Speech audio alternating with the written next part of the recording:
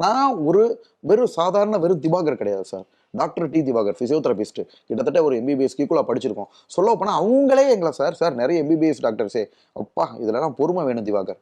Ortho டாக்டர்ஸே உன்ன மாரிலாம் யாரும் பண்ண முடியாது. அப்படி பாராட்டிட்டு போறாங்க. பெரிய பெரிய ஆர்த்தோ டாக்டர்ஸும். ஸோ அவ்வளோ பொறுமை இருக்குல்ல சார். அது போக நெறைய வந்து வாழ்க்கையில நம்ம படிச்ச படிப்பு நெறைய கத்துக் குடுத்துருக்கு சார். அதாவது சார் நாங்கலாம் பிசியோதெரபி பண்ண போறப்ப, மத்த மருத்துவர்கள் மாரி எங்களோட வேலை ஈஸியான வேலை இல்ல சார்.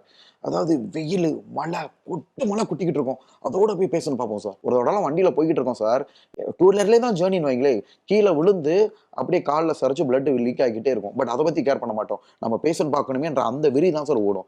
ஏன்னா, அவங்க கிட்ட சின்ன குழந்தை மாரி நான் வந்தேன், பைக்ல விழுந்துட்டேன், லேட் ஆயிருச்சு. ஏன்னா ஆல்ரெடி போறதே நம்ம லேட்டா தான் போவோம். ஒரு நாளைக்கு 8 பேஷண்ட் பார்க்குறோம்னா, 8 பேஷண்ட் வீட்டுக்குமே கரெக்ட்டான டைம்க்கு முடியாது. ஸோ, அப்படியும் கீழ பிளட் வரனா கூட எங்களுக்கு டிடி போடணும், இன்ஜெக்ஷன் பண்ணணும், அப்படி ஃபர்ஸ்ட் எய்ட் பண்ணணும்லாம் நினைக்க மாட்டோம் சார். அப்ப வந்து அவ்வளோ பொறுமைகள குடுத்துருச்சு.